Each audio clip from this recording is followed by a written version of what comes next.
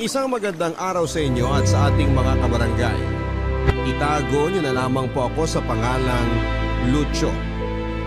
35 years old at may-ari ng talyer dito sa Pasig. Tubong samar talaga ako, Papa Dudut. Kaso noong araw ay lumuwas ako ng Pamaynila para mamasukan sa talyer na pagmamayari ng kamag-anak ng tropa kong si Marco. Hanggang sa nakapagtayo din ako ng sarili kong negosyo. Nagsimula akong makinig ng programa ninyo nang makilala ko ang aking misis. Avid listener niyo po kasi siya. At hindi nagtagal ay naging tagahanga niyo na rin po ako. Paborito ko ang mga kwento ng pag-ibig na madalas ninyong itampo. Pero ang mas nakakapukaw ng atensyon ko ay yung mga istorya ninyo tungkol sa mga magulang. Kaya naman nagbabakasakali akong sumulat din para ibahagi ang kwento namin ng Nanay Nelia ko. Single mother ang nanay ko, Papa Dudut. Mag-isa niya ako itinaguyod sa buhay dahil bata pa lamang daw ako ay iniwan na kami ng tatay. Hindi ko alam ang dahilan kung bakit umalis ang tatay ko pero isa lang ang malinaw sa akin noon. Masama ang loob ko kay nanay dahil wala akong kinamulatang ama. Madalas akong tuksuhin ng mga kalaro ko dahil abnormal daw ang pamilya ko. Dapat daw kasi ay merong tatay at nanay. Kahit na paulit-ulit kong tanungin si nanay kung nasaan si tatay ay palagi niyang sagot ay hindi niya alam. Dagdag pa niya, nandiyan naman siya para alagaan ako kaya hindi ko na raw kailangang magkaroon pa ng tatay.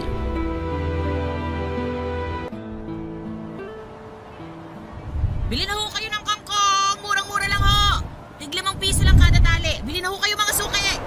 Nay, pwede na po ba akong umalis? Kasi niyayaya ako ni Pedring na mag-computer eh. Lucio anak, alam mo namang araw ng palengke ngayon. Kailangan kong tulong mo para naman makarami tayo na mabentang kangkong. Kaya niyo na po yan, Nay. Di ba palagi naman kayong nandito sa palengke? Kaya kabisado niyo na yung galawan dito. Nak, medyo mahina pa nga ang kita natin eh. Tingnan mo, limang tali pa lang ang nabibenta natin. Tapos magtatanghali na. Kailangan maubos natin itong 50 pirasong talong natitira para kahit papaano may pambili tayo ng bigas at ulam. Pwede naman po tayong umutang kina Aling Marites kung sakaling hindi po natin maubos yung mga kangkong ngayon, di ba? Kaso nagagalit sa atin si Marites dahil hindi pa natin nababayaran yung utang natin noong 1 linggo sa kanila. Kaya sinabihan niyo na ako kanina na bawal daw muna tayong kumuha sa tindahan niya. Ano ba naman yan, Nay? Kaya nga tigilan mo na yung pagrereklamo dyan at tulungan mo ako magtinda dito. Bakit hindi ka kaya maglako doon? At akong tatao dito para naman pareho tayong magkaroon ng benta. Alam niyo naman po ayokong naglalako eh. Mamaya makita pa ako ng mga kaibigan ko dyan pagtawanan na naman nila ako eh. Yung isang araw wala pong tigil sa panunukso sa akin si Pedring tungkol sa pagtitinda ko ng kangkong. Nalaman pa ni Melda yung nililigawan ko. Kaya tuloy pinagtawanan din ako. Anak, hindi mo dapat kinakahiya ang pagtitinda ng kangkong dahil ito ang bumubuhay sa atin. Tignan mo ko, proud kangkong vendor ang nanay mo. Kayo yun, Nay. Magkaiba po tayo. Ayokong lumaki na nagtitinda ng kangkong kagaya nyo. Di bagay sa akin, lalo pat lalaki ako. Gusto kong trabaho yung may kinalaman sa mga sasakyan. Ayoko dito sa palengke. Ang init-init na, ang ingay-ingay pa. Natutupad mo yung pangarap mo kung tutulungan mo ako makabenta ng marami ngayon para may pambaon ka sa school sa Lunes. Saka ano bang nakakahiya sa pagtitinda ng kangkong, aber? Para mo namang sinabing nakakahiya din ang pagtitinda ng buko juice, ice cream at fishball. Ano ba naman yan, anak? Yan ba ang natututunan mo sa eskwelahan? Ang maging mapangmata? Hindi ko naman po sinasabing nakakahiya ang pagtitinda ng buko juice o fishball. Ang akin lang, ayokong magtinda ng kangkong. Bakit nyo pa po kasi ako sinasama dito sa palengke? Samantalang tinutulungan ko naman na po kayo sa pagtatali at pagbubuhat ng mga kangkong na ibebenta. Alangan namang isama ko sa pititin. Sino ba sa inyo ang anak ko? O hindi ba ikaw? Si nanay talaga. Seryoso po ako. Seryoso din naman ako Mukha ba akong nagbibiro? Ikaw lang ang pwede kong asahan na tumulong sa akin. Lalo ngayong malaki ka na. Ang taong ko din sinulong pagtitinda dito, no? Dahil bata ka pa noon. Ay, yun nga, Nay. Hindi nyo man lang naisip kung gusto kong sinasama nyo ako nun dito sa palengke. Yan tuloy, Mula noon hanggang ngayon ang tawag sa akin ng mga kababata ko Lucho Kangkong. Ano ba naman yan? Kasalanan nyo kasi. Palibhasa, yung mga kalaro mo, mga bang tawag dun sa Ingles? Spoiled. Oo, mga spoiled yung mga batang yan dahil walang alam sa pagbabanat ng buto. Dapat hindi mo sila sinasamahan dahil puro di magandang natututunan mo sa kanila. Sino pong sasamahan ko? Kayo? E di puro tungkol sa kangkong na natutunan ko sa inyo. Aba! Ano itong batang to? Kailan mo pa natutunan bastusin ako, Lucho? Ay, kung nandito lang sana si tatay, di sana kayong dalawa magkasamang nagtatrabaho. Imbis na ako ang sinasama niyo dito. Ilang beses ko ba dapat sabihin sa'yo na wala na ang tatay mo bago mo maintindihan, ha? Iniwan na niya tayo. Hindi na siya babalik. Kasalanan niyo kasi kung bakit tayo iniwan ni tatay, Nay. Lucho, ano ba? Sumusobra ka na, ha? Paano naging kasalanan ko bakit tayo iniwan ng magaling mo ama? Siya tong tumakas sa responsibilidad niya sa'yo. Sabi sa akin ng nanay ni Pedring, madalas mo daw awayin noon si tatay. Kaya siguro na rin di siya sa kakatalak niyo. Kaya kayo naghiwalay. Sana napunta na lang ako nun kay tatay.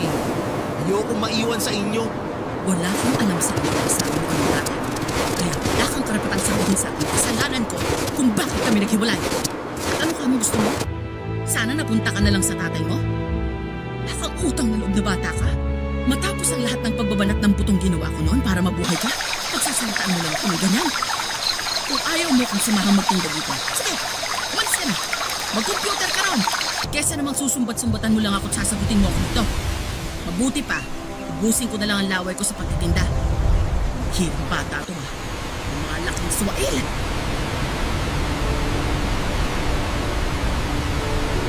Papadudot, hindi lang pagtitinda ng kangkong sa palengke kasama si nanay ang kinaiinisan ko. Dahil ultimo gawaing bahay gaya ng pagsasaing, paghuhugas ng pinggan at paglalaba ay kinakatamaran kong gawin. Bakit kamo? Dahil gawaing pambabae yon. Hindi dapat gumagawa ng ganong uri ng trabaho ang tulad kong lalaki, kaya naman madalas din akong sermonan ni nanay tungkol sa pagiging tamad ko. Pero lahat ng sinasabi niya ay pumapasok lang sa isang tenga ko at lumalabas naman sa kabila. Nang tumungtong ako ng kolehiyo, mas naging mabarkada ako. Mas madalas akong tumambay sa kung saan-saan kasama ang tropa ko pagkatapos ng klase namin. Kaysa umuwi ng maaga sa bahay para mag-asikaso o puntahan sa palengke si nanay para tulungan siyang magtinda ng kangkong. Oo, papadudot. Kinakahiya ko ang trabaho ng aking ina. Palibhasa ay hindi yon may pagmamalaki tulad ng trabaho ng magulang ng mga kaklase kong isang piloto, nurse, teacher o negosyante. At alam din naman ni nanay yon, kaya hindi na rin niya ako pinipilit na samahan siya sa pagtitinda. At dahil sa pagiging mabarkada ko, meron ding pagkakataon na nasasangkot ako sa away, papadudot. Kaya nang minsang umuwi akong putok ang labi at may black eye ay halos lumatayin si nanay sa nerbiyos. Pero buhay na buhay pa din siya habang pinapagalitan niya ako. Aray! Aray ko naman, Nay! Alam niyo namang masakit yung pasa ko tapos dinidiinan niyo pa talaga yung paglalagay ng gamot. Anong gusto mong gawin ko? Magtatatalong sa tuwa dahil umuwi kang bibig sa ato? Madama ng Lucho? Minsanan ka na nga lang umuwi dito sa bahay, ganyan ang itsura mo. Ganun magagawa ko. Mabuti nga, umuwi pa ako Aray! Ano ba talagang mga kawira ng baluktot? Ay naman, ano ba yan? Alam niyo naman may mga sugat at pasana ako Tapos kung makabatok pa kayo, wagas. Bakit ba kasi nagkakaganyan, ha? Sinong gumawa niyan sa'yo? Nakipagsuntukan ako sa kaklase ko. Tapos pinagtulungan nila ako ng tropa niya. Mga buwisit, mga duwag. Kailangan may kakampi. Kung nag one-on-one lang sana kami, siguradong nguso niya ang putok at hindi sa akin. Ano? Bakit mo yung ginawa, ha? Nakakapikon kasi sila Nung isang linggo pa nila ako inaasar na kesyo amoy palengke daw ako. Batang kangkong, anak ng tindera. Kaya ka nakipagsuntukan dahil lang sa maliit na bagay na yun. Ano ba naman kayo nasa elementary? Kolehiyo na kayo, hindi na kayo mga bata, Lucho. Ano ho bang magagawa ko kung totoo naman kasi ang mga sinasabi nila? Pinagmumukha nila akong katawa-tawa sa harap ng ibang tropa ko Kaya di na ako nakapagtimpi. na lang kung mapuruhan ka nila ha? Nagkaroon ka pa ng bali-baling buto. Ano, saan tayo kukuha ng pampagamot mo? Alam mo namang maliit lang ang kinikita ko sa pagtitinda ng kangkong sa palengke. Tapos hindi mo pa ako tinutulungan. Alam mo, Nay, kasalanan mo talaga kung bakit ako napaaway eh. Ako? Paano naging kasalanan ko, Aber? Dahil sa pagtitinda niyo ng kangkong. Kahit nung bata pa ako, issue na talaga yung pagiging tindera niyo eh. Pwede naman kasing humanap na lang kayo ng ibang trabaho. Mga tulong kayo. At least kahit paano nasa loob kayo ng bahay. Hindi nakabalandra kayo sa palengke. Yan tuloy. Alam na alam ng buong barangay na nanay ko kayo. Matagal nang alam ng buong barangay na nagtitinda ako ng kangkong, Lucho. At ni isa sa kanila ay walang sinasabing masama tungkol sa akin. Mga suki ko pa nga ang karamihan sa kanila eh. Ikaw lang at yung mga barkada mo ang nagpapalit sa trabaho ko. Di ba dapat nga pinagtatanggol mo pa ang nanay mo dahil itong hinahamak mong pagtitinda ko ng kangkong ang tumutusto sa pangkolehiyo mo. Kahit na anong sabihin nyo, di nyo na mababago ang isip ko. Pati ang tingin sa inyo ng mga barkada ko. Ay, nakakainis talaga. Kung nandito lang sana si tatay, siguradong di ko mararanasan ang pesting buhay na to. At ano naman ang maitutulong ng magaling mong ama sakaling ang nandito siya, ha? Siguradong magiging maganda ang trabaho ni tatay. Dahil mahusay siyang mekaniko. At malamang mas mag-e-enjoy akong tulungan siya kaysa ang tulungan kayo sa pagtitinda ng kangkong. Diyan na nga kayo. Saan ka pupuntang bata ka? Doon kina Pedring. Ayoko matulog dito ngayong gabi. Lucho, sandali! Bumalik ka dito! Hoy! Natakot! Malaki na ako, Nay. Kaya ko na ang sarili ko. Kaya huwag mo na ako masyadong intindihin. Mabuti pa, bumalik na lang kayo dun sa palengke at magtinda kayo ng kangkong. Dahil kailangan ko ng pera pambili ng project natin sa school bukas. Bahala na kayo dyan. Lucho! Hoy, Lucho! Tat na bata to ah! Lucho!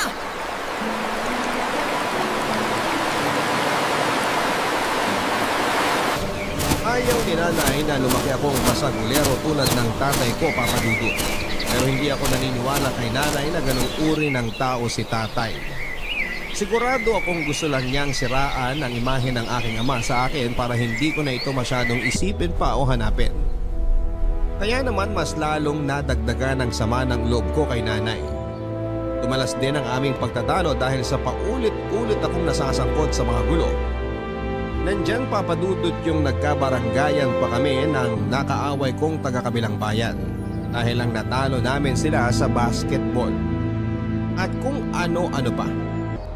Bukod doon ay sawang-sawa na rin ako sa pakikinig sa bulyaw ng nanay ko kung gaano ako kapasaway o kaswail na anak. Kesyo, kailan ko raw ba titigilan ng pagbibigay ng sakit ng ulo sa kanya? Kaya naman napag-isip-isip kong huminto na lamang sa pag-aaral, Papa Dudut, at umalis sa bahay namin. Oo, lumayas ako't nanuluyan sa tropa kong si Marco na nasa kabilang bayan. At iniwang kong mag-isa ang matanda kong nanay. Nang umalis ako sa bahay namin, pakiramdam ko ay naging malaya ako, Papa Dudut. Bukod doon, dahil sa pagiging malayo ko sa nanay ko ay mas nagawa ko ang mga bagay na gusto kong gawin nang walang tumatalak sa akin. Ang sarap pala sa pakiramdam na kahit papaano mabigyang katahimikan ang mga tenga kong bingina sa sermon ni nanay. Para mabuhay at may pangkain ay madami akong trabahong pinasukan. Nandyan yung naging delivery boy ako sa isang maliit na kainan na pinapatakbo ng tiyahin ni Marco. Pumasok din ako bilang sales assistant sa tindahan ng mga sapatos para kahit papaano ay may kitangin akong pera. At dahil nga meron akong source of income ay natuto naman ako magbisyo, Papa Dudut. Alak at yosi ang naging libangan ko at sandalan sa tuwing namimiss ko si tatay. O di kaya kapag gusto ko nang maglibang. Malaking bahagi sa kinikita ko ay doon lang napupunta. Pero wala akong pakialam. Mas may silbi pa ang mga yon kesa sa nanay ko.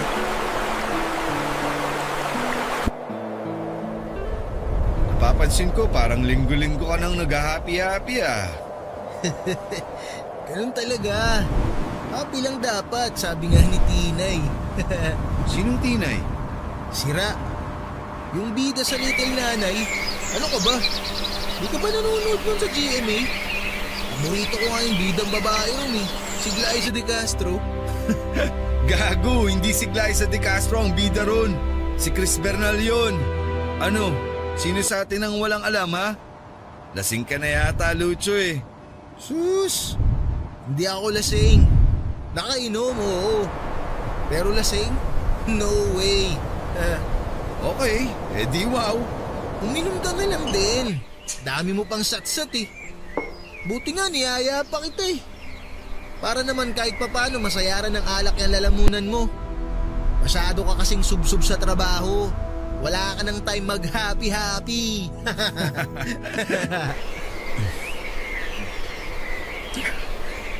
Bakit? Ano bang meron? Oh? Anong meron ang pinagsasabi mo? Sira, anong selebrasyon? Bakit ka umiinom? Kadalasan kapag nag-happy-happy ka meron kang pinagdiriwang. So ano, sabihin mo na. Ano, sinagot ko na ba ng nililigawan mo? Ano ang pangalan nun? Violeta. Oo, Violeta. So, sinagot ka na ba ni Violeta? Di no? Saka di ko naman nililigawan yung babaeng yun. Ay jowa na yun, si Nicanor.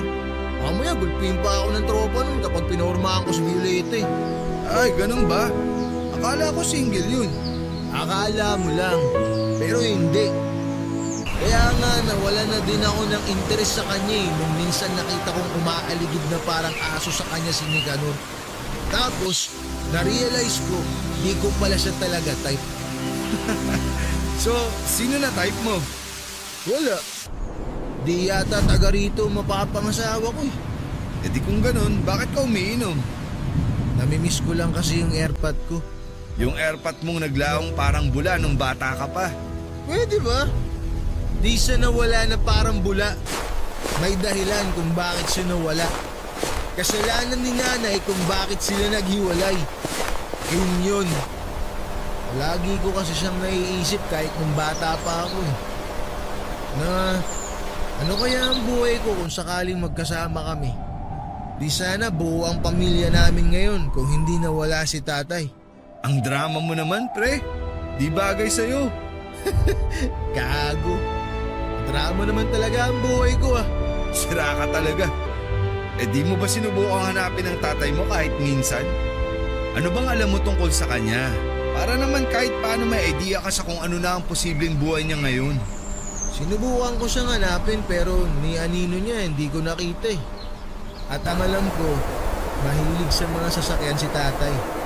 Mekaniko ang trabaho niya bago sila naghiwalay ng airmat ko noong araw. Kaya siguro naman ako sa kanya ang hilig ko sa mga sasakyan. Sa palagay mo, posible kayang may sarili ng talyer si tatay niya? Di ko alam. Ano ba yan? Wala ka namang kwentang kausap, pre. Ano bang malay ko, di ba? Pero dahil nabanggit mong mahilig ka sa mga sasakyan kagaya ng airpot mo, baka interesado kang sumama sa akin lumuwas ng Maynila para magtrabaho sa talyer ng tito ko. Ano? Seryoso ba yan, pre? Baka naman ginugood time mo lang ako. Masasapak kita. Sira, seryoso ako. Ikaw lang naman tong palabiro sa atin, no? Ano, sama ka ba? Tinatanong pa ba yan? Siyempre, kasama ako. Pangarap ko din naman makaalis dito sa probinsya natin. Saka, baka sa Maynila ako na din makita ang tatay ko kung sakali. O ang magiging misis mo? Alam mo, ikaw, puro ka talaga kalokohan eh. Pa, wag mong sabihin di mo yun naisip. Balita ko, magaganda ang mga babae sa Maynila.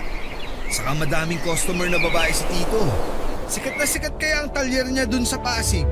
Kaya sigurado ako na taga ron ang mapapangasawa mo.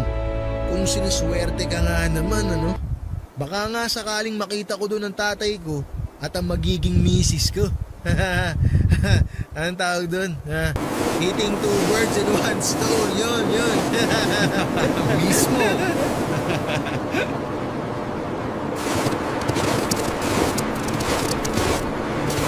Nang alam ako ni Marco na lumuwas pa Maynila para magtrabaho sa talyer ng kanyang tito ay hindi na ako nagpatumpik-tumpik pa, Papa Dudut. Pagkakataon ko na rin kasi para makatapak sa ibang lugar dahil sawang-sawa na ako sa probinsya namin.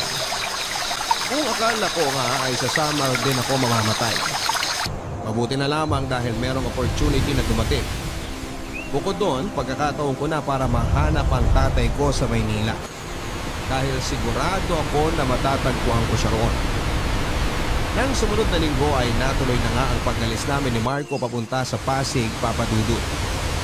At kung tatanungin ninyo ako kung nagpaalam ako sa nanay ko, hindi.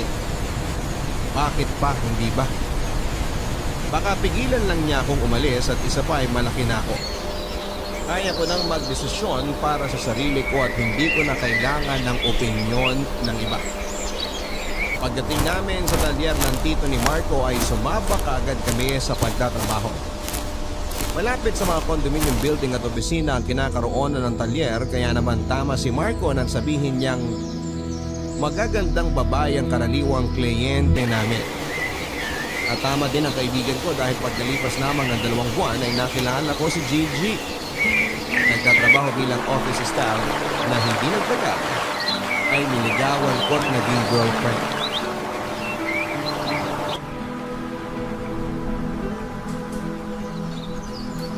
Babe, second date na natin pero di pa rin kita nadadala sa mamahaling restaurant. Sorry ito lang kasi kinaya ng budget ko eh. Ano ka ba naman? Okay lang yun. Saka di naman ako maselan. Paborito ko kaya ang pagkain nila dito kaysa sa mga sosyal na restaurant, no? Alam mo, sa totoo lang, naisip ko kasi na baka mas gusto mo doon kumain kaya talagang pinag-ipunan ko tong second date natin. Kaya lang, naningil na kasi si Aling Deli doon sa utang ko sa tindahan niya eh, kaya napurnada pa yung date natin doon. Babe, wala naman akong sinasabi na di ako komportable sa lugar na to, kaya relax ka lang. Eh, malaki naman ang kinikita mo sa talyer, di ba? Tapos di ka naman masyadong magastos, kaya bakit nagkakautang ka pa kay Aling Deli? Ano kasi, yung perang sinweldo ko, gastos ko nun sa inuman namin na Marco. Babe, lahat ng sweldo mo? Di nga. Oo, birthday kasi ng isang kaibigan namin, kaya bilang regalo, sinagot ko yung kalahati ng ininom namin. Yan yata yung isang beses na di kita makontak, tapos akala ko kung napaano ka na. Nakikipag-inuman ka lang pala. Sorry na, babe. Di ko na kasi namalayan ng oras nun eh, tsaka na-deadbat pa yung cellphone ko. Sige, patatawarin kita this time. Pero pag inulit mo pa yon, naku, magagalit na talaga ako sa'yo, ah. Oo, babe, Pexman. Di na mauulit yun. Ang alin yon? Yung di ko pag-detect sa'yo kapag may inuman ng tropa. At pati yung pag-iinom, babe. Dapat tigilan mo na din yan, no? Parang ang hirap naman yata nun, babe. Di naman ako umiinom palagi eh. Minsan lang kapag may happy-happy. Kaya bakit ko naman kailangan tigilan? Inuman? Minsan lang ba talaga? Oo, no, promise, minsan lang. Saka wag mo na masyadong isipin yun. Bata pa ako. Ayos na ayos pa ang bahay alak ko. Ewan ko sa'yo, babe. Basta ako, nagpapaalala lang.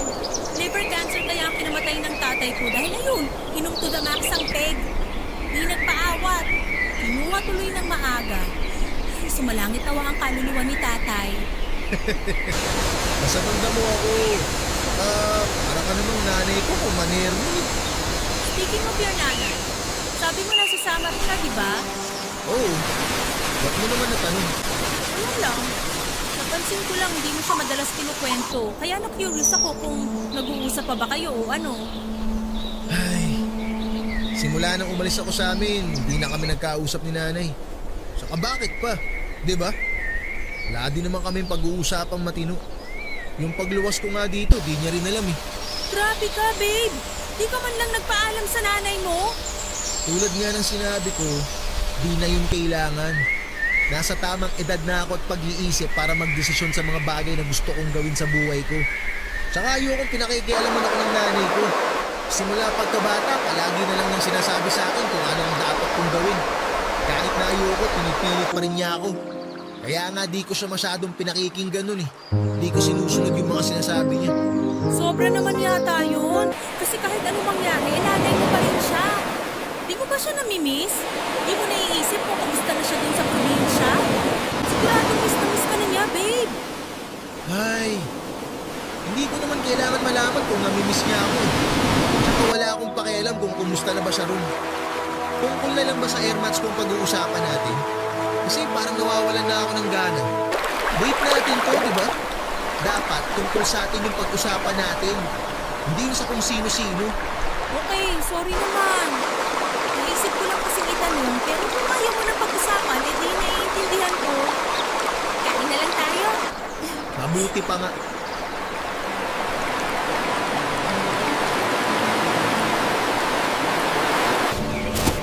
Papadudod na respeto ni Gigi ang kahilingan kong wag nang pag-usapan ang tungkol sa nanay ko. Sa katunayan, yon ang huling beses na binanggit niya si nanay kaya naman masayang masaya ako. Ayoko na kasing magkaroon ng koneksyon sa nanay ko dahil meron na akong bagong buhay. Bagong buhay na hindi siya kasama. Pagkalipas ng 1 taon ay nabuntis ko si Gigi kaya naman naisip naming mag-live-in. Nagrenta kami ng isang studio type apartment malapit sa pinapasukang opisina ni Gigi at pinagtatrabahuhan kong talyer. Nangako ako sa nanay ni Gigi na aalagaan ko ang anak niya, kaya naman nagpursige ako sa pagtatrabaho. Bukod doon ay nagsimula na rin kami mag-ipon para sa pagdating ng aming anak. At pagkalipas ng 9 na buwan ay laking tuwa naman namin ni Gigi dahil sa wakas ay naging ganap na kaming mga magulang. Pero pagkaraan lamang ng 2 buwan ay muling nagbuntis si Gigi Papadudut. Kung doble na ang pagsisikap naming mag-asawa sa pagtatrabaho noon ay mas naging triple pa matapos niyang ipanganak ang aming second baby. At mas naging mahirap ang buhay namin lalo na nang maaksidente at mamatay ang tito ni Marco. Dahilan para malugi at magsara ang talyer na pagmamay-ari nito na nagkataon namang pinagtatrabahuhan naming magtropa. At dahil nga sa nangyari, kung dati ay meron kaming binabayarang kasambahay para mag-alaga sa mga anak namin nang nawalan na nga ako ng trabaho ako nang umako sa pag-aalaga sa mga bata habang pumapasok sa opisina si Gigi. Noong unang buwan ay nag-enjoy pa ako sa pagiging house husband. Pero habang tumatagal ay nagsimula na akong mainip Papadudut. Hindi na rin kasi ako nakakalabas kasama ang mga tropa namin ni Marco at madalas na rin nila akong asarin dahil sa pagiging tao ng bahay ko. Namalimit kong kainisan dahil na-realize ko na dapat ay si Gigi ang nag-aalaga sa mga anak namin. Kasi siya nga ang babae. Pero nauwi lamang sa pagkatalo namin mag-asawa ang tungkol sa kung sino ang dapat na maiwan sa bahay para bantayan ang mga anak namin. At dahil nga nagtitipid kami kaya naisip ni Gigi na ipaalaga sa nanay niyang may sakit ang mga anak namin. Bagay na tinutulan ko kaya napilitan akong isuggest na sa halip na ang nanay Nelia ko na lang ang paluwasin para mag-alaga sa mga anak namin. Nalaman ko din kasi na matagal na niya pala akong hinahanap at kinokontak. Kaya naman naisip ko na eto ang tamang pagkakataon para naman magpaka-nanay ulit siya sa akin. Hindi nagtagal ay lumuwas na pa Maynila ang nanay Nelia at agad na nanatili sa maliit naming apartment. Bakas na sa mukha niya ang katandaan at payat na rin ang kanyang pangangatawan. Pero kahit paano ay malakas pa rin siya kaya naman nang alokin ko siyang alagaan ng aming mga anak. Kapalit ng pagsasama-sama naming buong pamilya sa iisang bubong ay hindi na rin siya tumutol pa. Anya, pagkakataon na rin daw niyang makabawi sa mahabang panahong nagdaan na hindi niya ako nakasama pati na ang aking mga anak. Ako naman ay nagsimula na ulit maghanap ng bagong trabaho.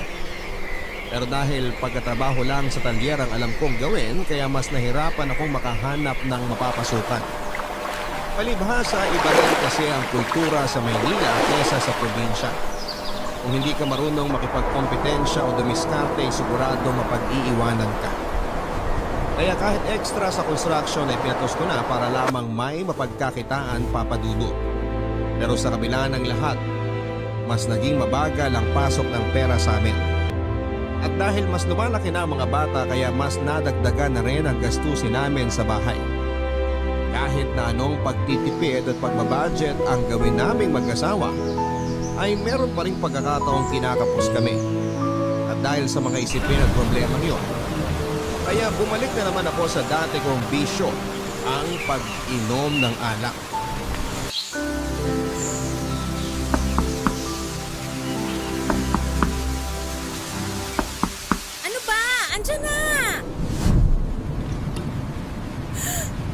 Ano bang nangyari?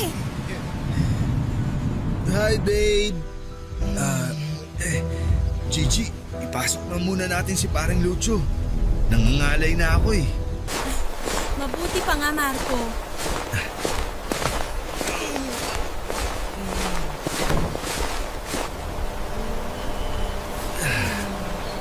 Babe, umayos ka nga. Ano bang nangyari sa kumpare mo, ha? Saka bakit siya lasing na lasing? Ano kasi, nagyaya kasi siya mag-inuman kami pagkatapos ng trabaho namin sa construction. Kaso, medyo naparami yung nainom niya, kaya yan. Ano nga yan? Alam mo namang ganyan ang nangyayari kay Lucho kapag nasasobrahan sa inom, di ba? Saka bakit pa kasi kayo nag-inuman pa? Yung pinambili niyo ng alak, saan galing? Pinag-ambagan namin. Pero mas malaki ang nilabas ni Lucho kasi gusto niya raw manlibre. Aba, ang husay! At nakuha niyo pa talagang gumastos para lang sa bisyo niyo? Ano ba naman yan, Marco? Sobra ka naman magalit, Gigi. Saka minsan lang naman kami mag-happy-happy eh. Huwag ka nang manggalaite dyan. Anong minsan? Nung nakaraang linggo nag-inuman kayo, di ba? Tapos nung isang araw din, at ngayon?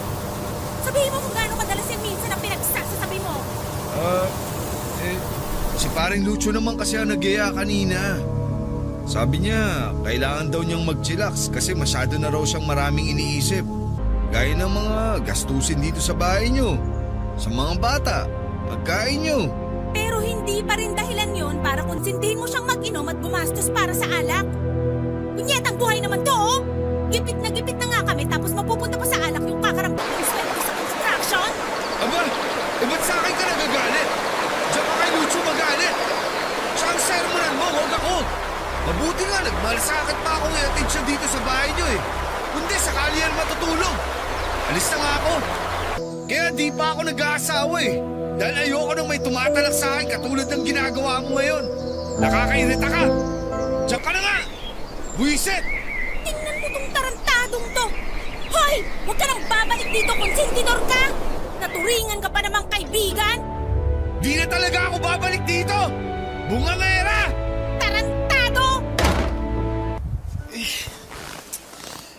Ano ba yan? Ang ingay-ingay mo naman eh.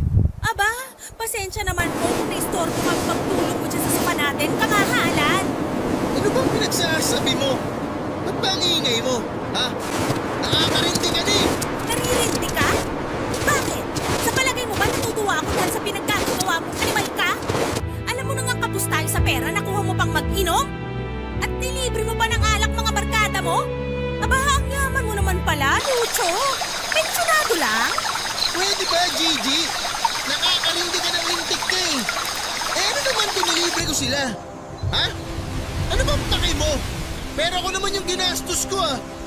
Pera ko, hindi sa'yo, hindi kung kanino. Sa akin. Kaya ano may pinuputok ng butsi mo dyan? Ha? Alam mo ka mo? Nalusaw na ba talaga ng alak pati ang makitid mong puntak, ha? Tinatanong mo ba talaga ako kung ba't ako nagkakaganito? Pwes, ipapaliwanag ko sa yung bobo ka. Nagagalit ako dahil wala na nga tayo halos panggastos sa pamamahay na to, pero nakuha mo pang magbisyo. Di ba sinabi ko na sa'yo na tigilan mo na ang pag-inom ng alak? Paka-irresponsable mong tao ka. Ah, ganun. Alam mo, sumusobra ka ng babae ka eh. Yan. Para magtanda kang leche ka. Naku, Gigi! Anong ginawa mo sa asawa mo, Lucho? Hoy! Wala kang pakialam dito, matanda ka. Manahimik ka. Isa ka pa eh. Papadudod lumalas pa ang pag-aaway naming mag-asawa dahil sa bisyo ko na pag-inom ng alak at mas naging mabigat ang pagdadala namin sa buhay. Nandyan yung nag-isang kahig, isang tuka kami lalo na noong matapos na ang kontrata ko bilang construction worker. Sinubukan kong maghanap ng iba pang trabaho pero lalo lamang akong nahirapan. At hindi nga nagtagal, hindi lang alak at sigarilyo ang naging bisyo ko dahil nalulung na rin ako sa sabong nang minsan akong isama ng tropa namin ni Marco sa sabungan. At syempre nakarating yon sa kaalaman ni Gigi kaya lalo kaming nag-away. Hanggang sa umabot na nga sa puntong naabutan kong nag-aal sa balutan ng misis ko dahil balak nila akong iwanan ng mga bata. Gigi! Gigi! Uy! Anong ginagawa mo? Bakit nag-iimpake ka? Saan ka pupunta? Di ba obvious? Lalo na namin iwan ka ng mga anak mo dahil wala ka namang ginagawang matino. Ayaw mo na makisama sa'yo dahil ibang-iba ka na, Lucho. Di na ikaw yung taong nangako sa mga magulang ka na aalagaan kaming mag-iina. Di na ikaw yung taong pursigido sa buhay dahil meron kang magandang pangarap sa amin ng mga anak mo. At di na rin ikaw yung lalaking minahal ko. Hindi ka na lang bisyo. Wala ka nang ibang alam gawin kundi uminom, manigarilyo at ngayon nawibili ka naman sa sabong? Kapal din ang pagmumukha mo, no? At saan mo nga pala kinukuha yung mga pinagsusugal mo, ha? I'm sure pinangungutang mo pa yan. Grabe, Lucho. Di na kita kilala. Nagbago ka na. Walang aalis sa inyo. Di ako papayag na iwan niyo ako. Di mo kami pwedeng pigilan dahil sawang-sawa na ako sa mga away natin. Pagod na ako sa mga pag-intindi sa'yo at sa pag-asang isang araw ay magbabago ka pa. Na magiging responsableng tatay ka uli sa mga anak mo. Kaso hindi. At mukhang malabo nang dumating ang araw na yun, kaya bakit pa kami magtsatsagang makisama sa'yo, ha? Walang kakalis dito. Dito lang kayo. Tigilan mo yung kakapalo mo sa akin, ha? Nakakarinig ka na. Bitiwan mo ako! Lucho, bitiwan mo nga yung asawa mo. Ano ba? Huwag nga kayo makialam dito. Doon na nga kayo. Ano ba? Bitawan mo nga ako. Bakit ka ba nakikialam dito, matanda ka? Ha? Bastos ka talagang bata ka, no? Eh, hindi mo na kami kinalag ng asawa mo. Ah, wow! Nagpapatawa ka ba? Ikaw? Sige nga, bigyan mo ako ng rason kung bakit kailangan kitang igalang. Ha? Bigyan mo ako! Kasi wala akong maisip na dahilan kung bakit eh. Hindi kita pinalaking bastos. At mas lalong hindi kita pinalaking nananakit ng babae. Baka barumbado mo? Demonyo ka na. Hoy, makinig ka sa akin mabuti, matanda ka ha. Lalakasan ko kasi baka bingi ka na. Wala kang pakialam kung paano ko patatakbuhin ang pamilya ko. Dahil ako ang padre di pamilya dito. Ha? Tsaka tigil-tigilan mo nga yung panghihimasok mo sa buhay namin. Ha? Dahil wala kang karapatan. Mabuti nga kinuha pa kita rin sa probinsya para alagaan yung mga apo mo eh. Dahil kung hindi, siguradong mabubulok ka din mag-isa. Mamamatay ka rin mag-isa. Lucho, tumigil ka na nga! Bakit mo pinagsasalitaan ng ganyan ang nanay mo? Nasisiraan ka na ba ng ulo? Magulang mo pa rin siya! Magulang. Dahil mo sinasabi, wala kang alam. Para sa akin, matagal na akong walang magulang. Walang tatay, walang nanay. Tsaka kung tutusin, kasalanan naman ng matandang yan kung bakit buong buhay ko, pakiramdam ko, ulila ako eh. Hoy, ikaw, matanda. Makinig ka. Ikaw ang may kagagawan kung bakit ni minsan di ko naranasan magkaroon ng ama. Ha? Dahil sa'yo, kaya kahit kailan, di naging buo ang pamilya natin. Tapos ang lakas ng loob mong pakialaman ng pamamalakad ko sa pamamahay na to? Bakit? Ha? Ano? Sino ka ba sa akala mo? Ha? Ha? Ano? Ano? Sino ka ba? Lucho, saktan nanay mo, ano ba? Pwede ba? Huwag ka nga OA dyan. Di ko naman siya sinaktan ah. Tinapik-tapik ko lang naman siya. Baka sakali kasing magising siya sa panaginip niya na meron siyang buo at masayang pamilya. Napakagago mo talaga! Alam mo, Nay, sana di na lang si tatay ang umalis dun eh. Sana ikaw na lang. Sana ikaw na lang ang nawala. Sana hindi na lang si tatay. Dahil sigurado ako, mas magiging masaya at maayos ang buhay ko kung sa kanya ako lumaki at hindi sa'yo. Di sana magiging katawa-tawa at kaawa-awa ang kabataan ko kung hindi dahil sa'yo at sa buwisit mong pagtitinda ng kangkong! Kung bakit ba kasi hindi na lang ako lumayas noon eh. Buwisit talagang buhay to. Ay! Nay! Ayos lang ako, Gigi. Medyo sumakit lang ang dibdib ko, pero ayos lang ako. Huwag mo akong masyadong alalahanin. Sigurado po ba kayo, Nay? Tingnan mong ginawa mo sa nanay mo! Huwag ka nga nagpapaloko sa matandang yan. Diyan! Diyan ka magaling, Nay. Sa pag-arte. Sana pala nag-artista ka noon. Hindi ka nagbenta ng kangkong. Pwede ba tumahimik ka na?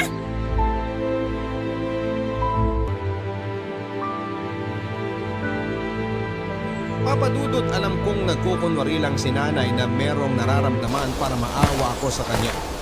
O bawiin ko yung sinabi ko tungkol sa kanya. Hindi niya ako madadala o manuloko sa mga pagdadrama niya.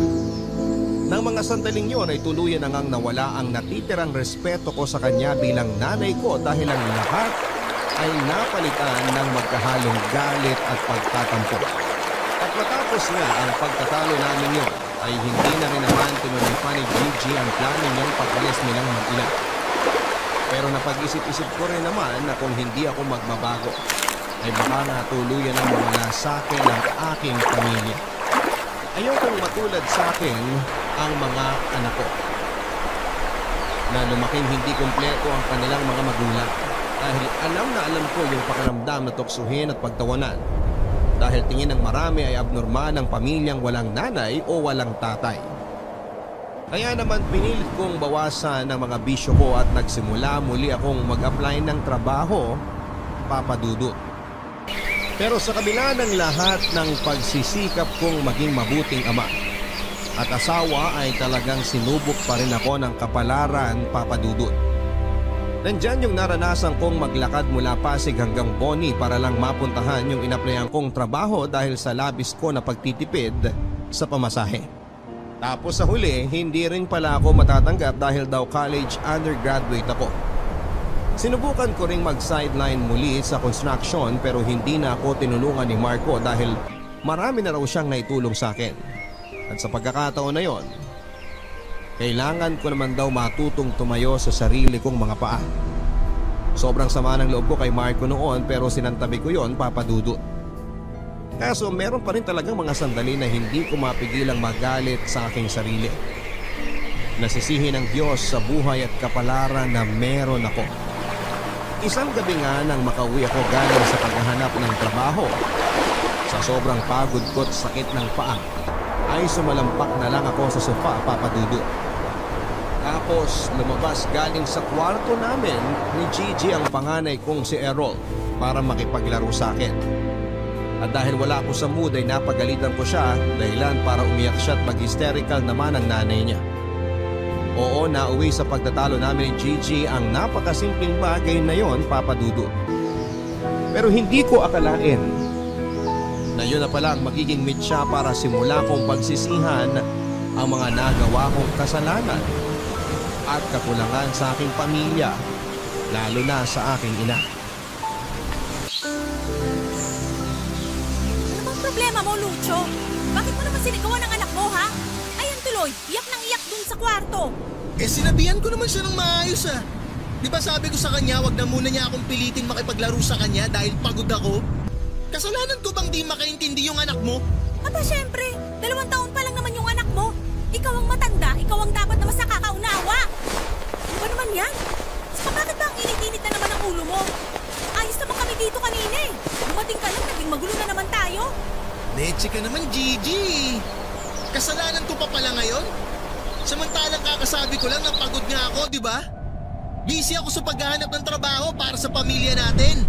Kaso hanggang ngayon, wala pa rin ako napapasukan. Tapos di na rin ako tinutulungan ni paring Marco para makapag-sideline sa construction. Tinabla na ako nung animal. Aba, di mo dapat pinupuntun sa amin yung problema mo, no? Lalong-lalo na sa anak mo. Bata pa ang panganay mo pero kung pagalitan mo parang binata na. Nag-iisip ka ba? Pagod nga ako eh. Ano bang gusto mong gawin ko, ha? Gusto mo intindihin ko pa rin kayo kahit na ang sakit-sakit ng katawan at binti ko? Ganon? Gusto mo makipaglaro pa rin ako sa anak ko kahit na gutom na ako? Ha? Aba, dapat nga ako yung iniintindi nyo eh. Di mo ba nakikita na todo na yung effort ko para lang makahanap ng trabaho? Pansuporta sa pesteng pamilyang to? Peste? Peste kami? Aba, sumusobra mo na talaga, Lucho. Dapat ba bigyan ka namin ng award kasi masakit ang katawan mo dahil sa kakahanap mo ng trabaho?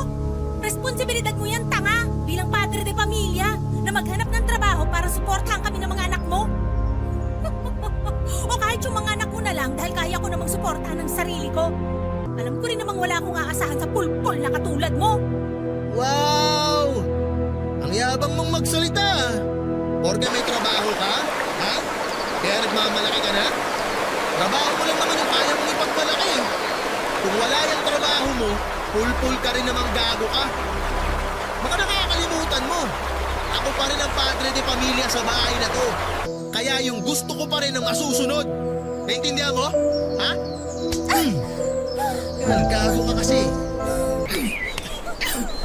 Diba sinabi ko Ano na sa'yo, ba? huwag mong pagbubuhatan ng Tumigil kabayang ka na kasama nga! mo! Sumusobra ka na talaga! Tigil niyo ang paghampas niyo sa akin ha? Aray! Habang tumatanda ka, Ano ba? nagiging demonyo ka! Eh ano bang pakialam nyo? Ha? Wala na ho kayong pakialam dahil buhay ko to. Masyado na kayong nangihimasok sa pamilya ko. Masyado ka ng mapapel. Maling-mali talaga na pinaluwas ko kayo rito eh. Ano sabi mo? Utang na loob! Kapal na mukha mo sabihin sa akin yung mga bagay na ganyan. Matapos kitang igapang simula bata ka. Napakasuil mo! At ako pa ang walang utang na loob ha. Para sabihin ko sa inyo, responsibilidad nyo yon dahil anak nyo ako. Kaya wag na wag nyo sa akin masumbat-sumbat na keso iginapang nyo ako sa hirap o kung ano-ano pa dahil bilang magulang, dapat naman talaga na ganun ang gawin nyo. Diba? Bobo ka ba? Lucho, tigilan mo na sabi yung pagsagot ng papalang sa nanay ni Elia mo. Di ka ba nahihiya sa kanya? Di ka ba nahihiya sa ugali mo? At bakit naman ako mahihiya sa taong yan? Ha? Bakit? Siya nga dapat ang mahiya sa akin eh. Dahil nasa pamamahay ko siya. Ako ang nagpapatira at nagpapakain sa kanya. Eh ano pinagsasabi mong ako ang dapat na mahiya? Isa ka rin na bobo eh. Ang bobobo nyo. Baka ikaw ang anak nito at hindi ako. Kasi ang bobobo nyo eh. Hoy ikaw. Kailan mo ba planong umalis dito sa bahay namin ha? Sa totoo lang nasusuya na ako sa presensya mo eh. Lucho, ano ba? Bakit? Totoo naman, di ba? Kapos na kapos tayo. Hindi na nga natin alam kung anong klaseng pagtitipid ang gagawin natin eh. Kaya di na natin kailangan ng ekstrang palamunin sa pamilyang to. Nay! Diyos ko! Nay! Nay! Ano ba, Lucho? Wala ka bang balak tulungan ako dito? Tingnan mo si nanay! Wala na siyang malay! Nay! Nay! Gumising po kayo, Nay! Nay!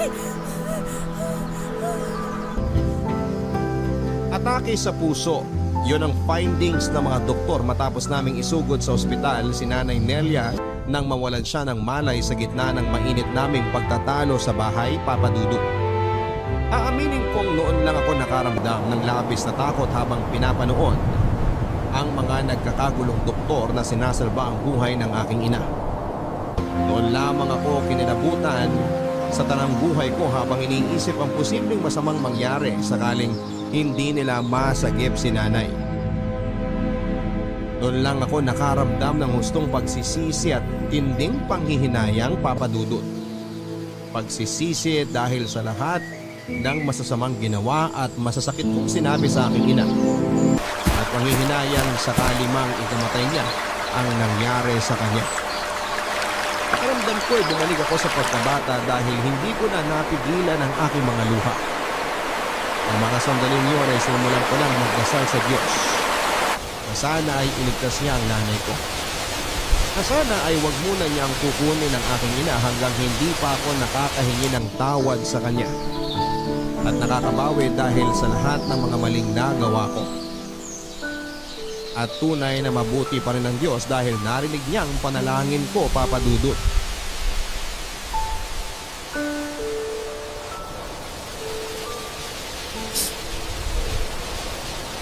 Nay, alam ko kahit na natutulog kayo, naririnig niyo ako.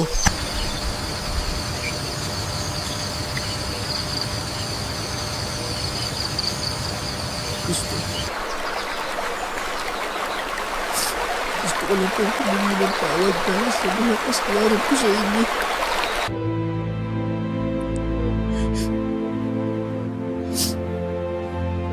Patawad, Nay. sa lahat ng mga masasakit na salitang binitawan ko. At sinabi ko sa inyo sa mulang pagkabata ko. Sana mapatawad niyo ako. Kasi hindi ko nakita yung mga pagsisikap niyo para sa akin yun. Alam kong sobrang sama akong anak. Pati nga po yata langit sinusumpa na ako dahil sa pagiging swahili ko at walang respeto sa inyo bilang magulang ko.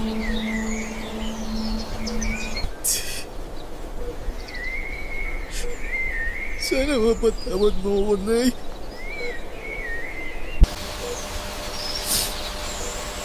Kasi mas inintindi ko yung sarili ko eh.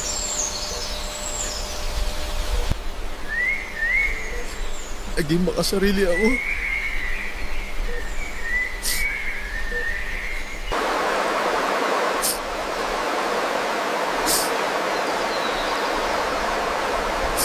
Hindi ko inisip ang kapakanan niyo.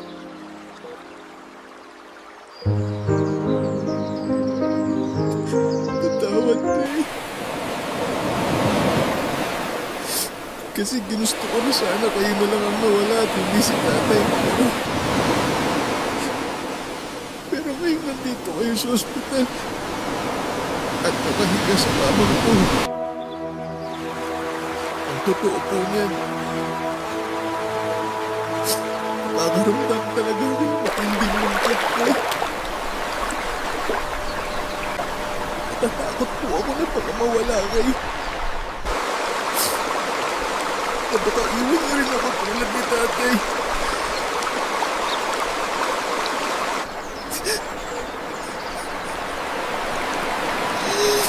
Patawarin niyo po ako, Nay.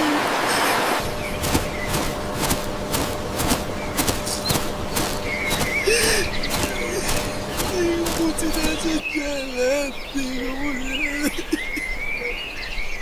Ay, sorry po. Sorry po. Lucho. Nay? Lucho, anak ko. Nay, nagising ko po ba kayo?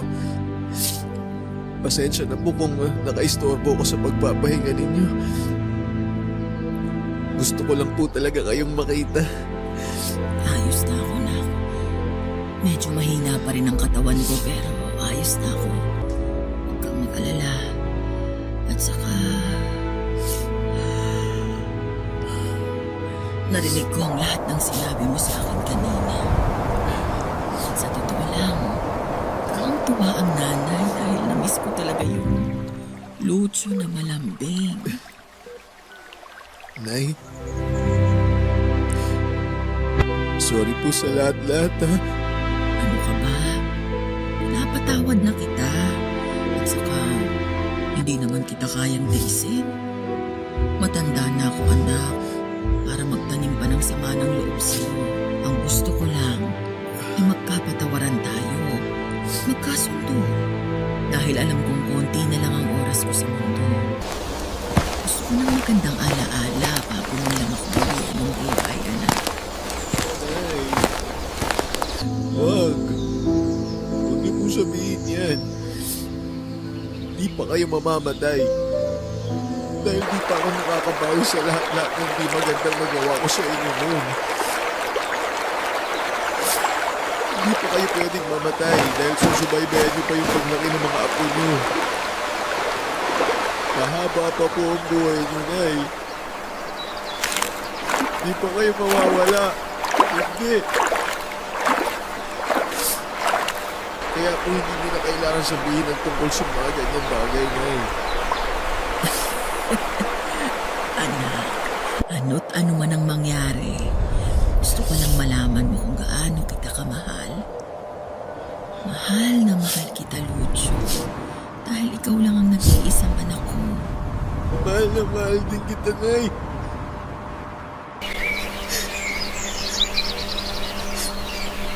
Tawarin niyo ako dahil huli na nang nakita ko kung gaano kayo kahalaga sa akin.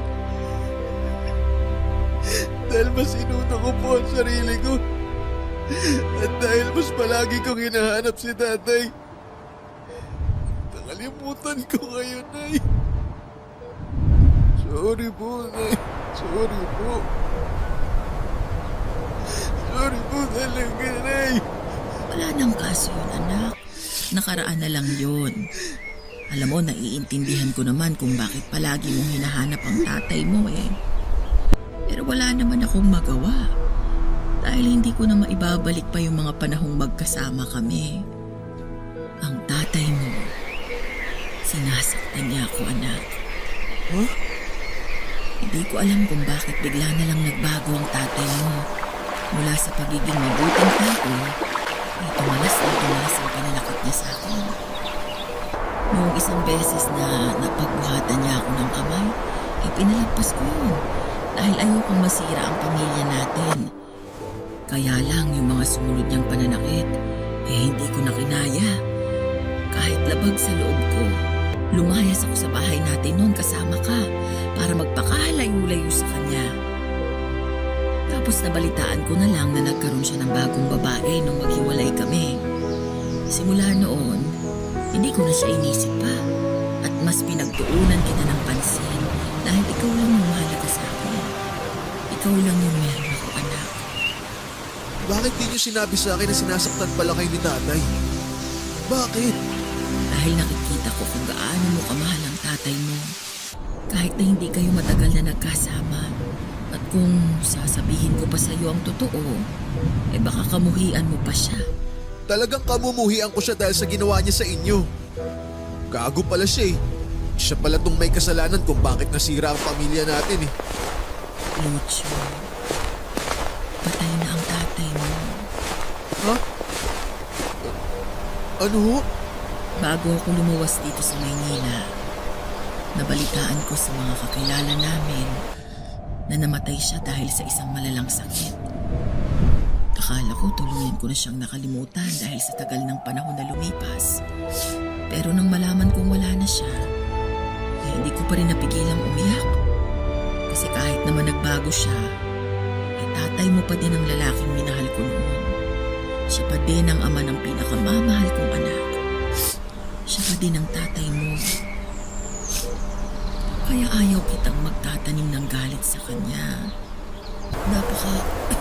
Ay, huwag na po kayo magsalita pa. Magpahinga na lang kayo. Sinasayang niyo yung lakas niyo eh. Ayos lang ako. Napakaiksi lang ng buhay. Ayokong guluhin mo lang ang panahon mo sa pagbabalik sa mga nakaraan dahil hindi ka makakausad. Hindi mo naman kailangang kalimutan ang nakaraan mo. Pero hindi mo rin kailangang manatili roon. May sariling pamilya ka na ngayon, anak. Lucio, sila dapat ang maging prioridad mo. Mahaba pa ang panahon na nakalaan para sa inyo. Kaya naman dapat mong samantalahin yon. Si Gigi, mabait ang batang yon.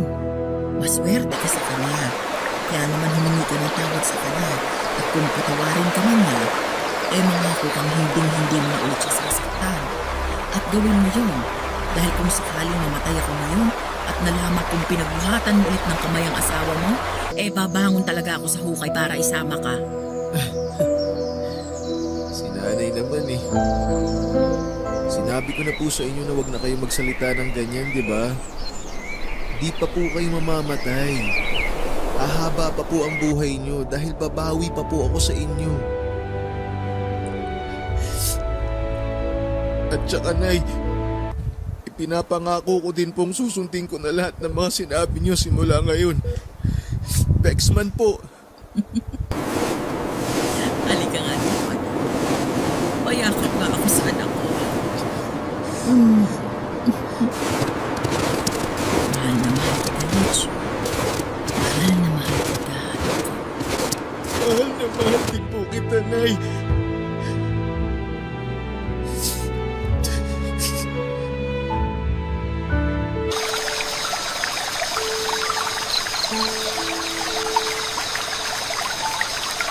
Namatay si Nanay Nelia pagkalipas ng 2 buwan papadudot. Oo, inatake muli siya sa puso at sa pagkakataong iyon ay hindi na siya nakaligtas pa. Parang gumuho ang mundo ko nang biglang kunin sa akin ng nanay ko. At kahit na anong pigil ko sa mga luha ko, kusa pa rin siyang tumutulog. Labis din ang pagsisisi ko dahil napakaiksi ng panahong ibinigay sa amin ng Diyos para makabawi ako sa lahat-lahat ng kasalanan at pagkukulang ko sa Kanya. Pero kahit na ganoon ay nagpapasalamat pa rin ako dahil hinayaan pa rin ako ng Diyos na makapiling ang aking nanay. Matapos ang libing ni nanay ay nangako ako sa harap ng puntod niya na magiging mabuti akong asawa at ama sa aking mga anak. Pinatawad na rin ako ni Gigi sa nagawa ko sa kanya noon. Kaya naman mas nagdoble sikap pa ako para mapakatawanan ang pangako kong aalagaan at susuportahan ang aking pamilya. Sinuwerte din naman akong nakapag-loan si Gigi ng malaking halaga sa kanilang kumpanya na ginamit namin para makapagtayo ng maliit na talyer. At hindi nga nagtagal ay mas naging kilala kami't lumago ang aming negosyo. Alam kong masayang-masaya si nanay sa langit dahil unti-unti kong tinutupad ang pangako ko sa kanya noong nabubuhay pa siya. Namimiss ko pa rin siya hanggang sa ngayon, Papa Dudut, pero alam kong maligaya na sila ni tatay saan man sila naroroon. Maraming salamat po sa pagkakataong mabasa ninyo ang aking sulat. Malaking bagay din sa akin na maibahagi sa ating mga kabarangay ang kwento ng aking buhay. Ang inyong forever kapuso at kabarangay, Lucho. Sabi nila habang abala daw tayo sa paglaki, nakakalimutan na nating tumanda na ang mga magulang natin. Sa kaso ng letter sender nating si Lucho ganun nga ang nangyari. Kaya naman ramdam ko ang pagsisisi mo dahil hindi mo nakapiling ng mas matagal ang nanay Nelia mo.